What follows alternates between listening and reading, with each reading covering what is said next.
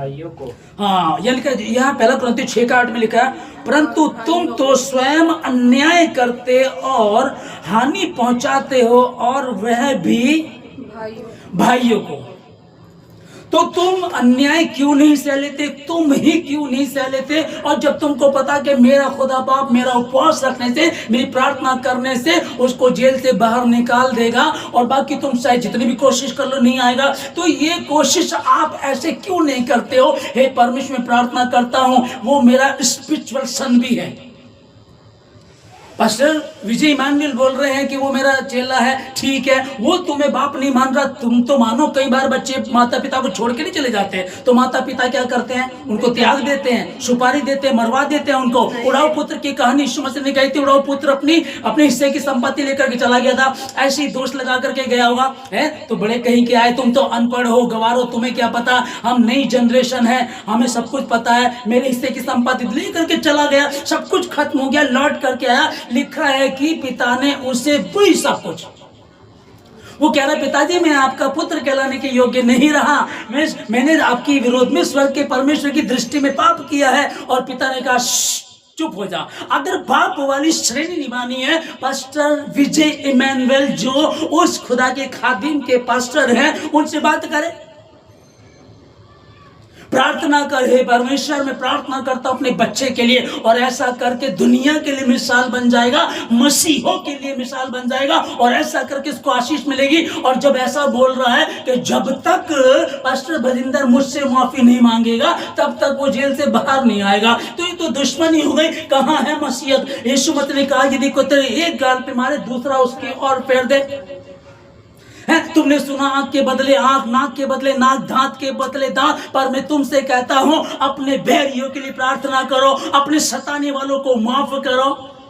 यदि तेरा बैरी भूखा हो तो खाना खिला, यदि प्यासा तो उसको पानी पिला। यीशु मसीह ने ये सिद्धांत गए, और ये इतने कह रहे कि हमारे हजारों चर्च हमारे हैं, हमारी मिनिस्ट्री बहुत बड़ी है, बहुत बड़ी मिनिस्ट्री जमीन पे हो सकती है पर आसमान पे तुम्हारा नाम नहीं हो सकता। कारण यीशु मसीह ने कहा इससे आनंदित मत होना कि दुष्ट आत्माएं तुम्हारे वश में हैं। तुम कहते हो फायर करते हो, दुष्ट आत्मा चली जाती है, तुम जाते हो यीशु मसीह के नाम में दुष्ट आत्मा को डांटते हो, वो भाग जाती है। ये बहुत कॉमन सी बात है, पर इससे आनंदित होना, क्या तुम्हारे नाम स्वर्ग की पुस्तक में लिखे हुए? चेले बड़े आनंदित थे, आए प्रभु तेरे नाम से दुष्ट आत्मा भी हमारे वश में है। हाँ, इससे आनंदित मत होना, ये बहुत बड़ी चीज नहीं है, इससे आनंदित मत होना, पर इससे आनंदित हो, विचार करो क्या स्वर्ग में मेरा नाम लिखा हुआ है, मेरी इतनी मिनिस्ट्री है, मेरा इतना है। आपसी हो सकता है कि पास्टर भजिंदर ने इनके लिए कुछ गलत किया हो, ये कह रहे कि उसने मारा, हमको धमकी दी, हो सकता है किया है, पर तो बाप है। मैं फिर क्या कह रहा हूं, ना तो मैं पास्टर विजय इमानुएल को गलत कह रहा हूं, और ना ही मैं पास्टर भजिंदर को अच्छा कह रहा हूं। मैं तो अपने परमेश्वर की महिमा के लिए खड़ा हुआ हूं, और मेरे परमेश्वर ने मुझे बताया। मैंने आपको पहले क्या कहा, 1 कुरिन्थियों 5:11 में पौलुस कह रहा है कि मैं तुमसे कहता हूं जो भाई कहला करके वह विचार करे, उसके साथ खाना भी मत खाना, उसके साथ संगति भी मत करना। तो ये तो स्पष्ट कर दिया, मैं इससे बाहर जा ही नहीं सकता, और अगर जा रहा हूं तो मेरा कुछ लालच है।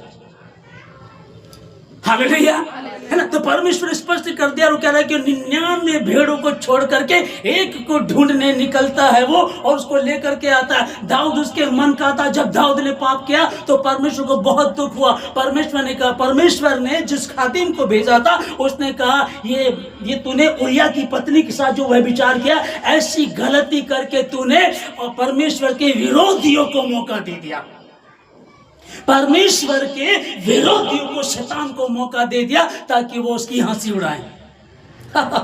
यीशु मसीह का था ये हालेलुया करते थे, कर रहे हैं लोग, कर रहे हैं, है ना? तो ये सिखाया मुझे और आपको मेरे प्रभु ने नहीं। परमेश्वर ने कहा कि सह लो, अरे प्रेम ही तो सबसे, अगर यीशु मसीह इस समय का, जब से यीशु मसीह और आज तक उससे ऊपर कोई नहीं है, तो वो कोई नया कुछ लेकर नहीं आया था। वो नया एक क्या था, अरे तुम्हारा गुरु पापियों के साथ बैठता उठता है, चोरों के साथ, व्यभिचारियों के साथ, नशेड़ियों के साथ बैठता। ये डिफरेंट था, हर कोई नहीं बैठता था। ये था। फिर क्या था, तुम्हारा गुरु क्या करता है, उसने अपने चेलों के पैर धो दिए। गुरु होकर के अपने चेलों के पैर धो रहा है, एक गाल पे मारे दूसरा गाल आगे कर दिया। ये था, इसलिए उसको दुनिया में माना जाता, जाना जाता, इसलिए वो ऊंचाइयों पर है। आज तक उसके समान कोई भी नहीं है। और उसको मानने वाले जो मैं और आप, हमारे बीच में कोई लोग जो उसको मानते हैं और कहते हैं कि यीशु मसीह मेरा आदर्श है, मेरा मॉडल है, मैं यीशु मसीह का प्रचार करता हूं, मैं तो यीशु मसीह का प्रचार करता हूं, इसमें जो लिखा पहले खुद को तो बचा ले। तू जो कहता है चोरी मत करना और खुद ही चोरी करे, तो क्या तू दूसरों को सिखा सकता है? नहीं सिखा सकता। तू जो खुद व्यभिचार करता, दूसरों को कहता है कि व्यभिचार मत करना, तू जो द्वेष रखता है, क्या तू इस मैसेज को, इस शुभ समाचार को पहुंचा पाएगा? सुनेंगे लोग तेरी? नहीं सुनेंगे। पौलुस कह रहा है ना, वो कह रहे कि अगर वो मेरे सामने झुकेगा, अगर वो तौबा करेगा, तो मैं उपवास रखूंगा, प्रार्थना करूंगा, तब पास्टर विजेंद्र बाहर आ जाएंगे। पास्टर विजेंद्र को खुदा बाहर ले आएगा। खुदा दयालु है। हाँ, ये है कि वह विचार किया, मैं ये नहीं कह रहा हूं कि वो अगर उसने किया है उसकी सजा उसको मिले। दाऊद को मिली थी। दाऊद उसी जगह पहुंच गया था जहां से आया था, पहाड़ों पर से आया था, वो नंगे पैर घूमता था, चरवा था उस टाइम। राजा बनने के बाद जब उसने ये पाप किया, फिर से वहां पहुंच गया, फिर से उसकी दशा बुरी हो गई, फिर से उसका हाल बुरा हो गया, पर उसने तौबा की। हम पढ़ते हैं भजन संहिता 51 में पढ़ते हैं, जूफे से मुझे शुद्ध कर, मैं अपनी मां के गर्भ में पाप से पड़ा, पाप में पला, पाप करता रहा, तू शुद्ध कर सकता है। तू दयालु, टूटा मन परमेश्वर की योग्य बलिदान है। हे परमेश्वर, तू टूटे और पिसे हुए हृदय को तुझ नहीं जानता।